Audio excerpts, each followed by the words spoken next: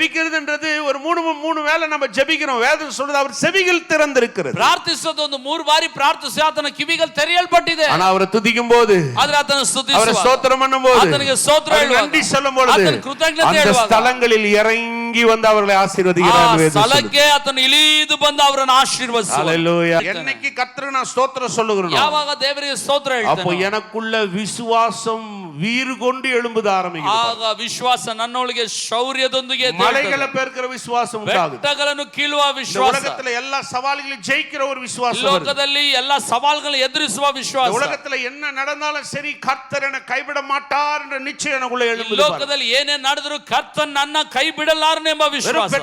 பெற்றுக்கொண்டு போறதல்ல, ಪಡ್ಕೊಂಡು ಹೋಗೋದಲ್ಲ, பெற்றுக்கொண்டு போறதல்ல, ಪಡ್ಕೊಂಡು ಮಾತ್ರ திரும்பி வரும்போது ಪುನಃ ಬರುವಾಗ இயேசு வாய் திறந்து சொல்றார், ಯೇಸು ಬಾಯಿ ತೆರೆದು அவனை நோக்கி ಅವನಿಗೆ எழுந்து போ, ಎದ್ದು ಹೋಗು, உன் விசுவாசம் ನಿನ್ನನ್ನು ನಿನ್ನ ವಿಶ್ವಾಸ உன்னை ரட்சித்தது என்றார். ಸ್ವಸ್ಥ ಮಾಡಿ ಅದೇ